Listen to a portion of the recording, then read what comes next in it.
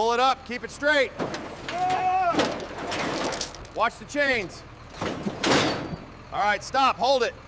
Look at the rust on the undercarriage. We'll have to replace the entire suspension system. This is gonna be a massive job.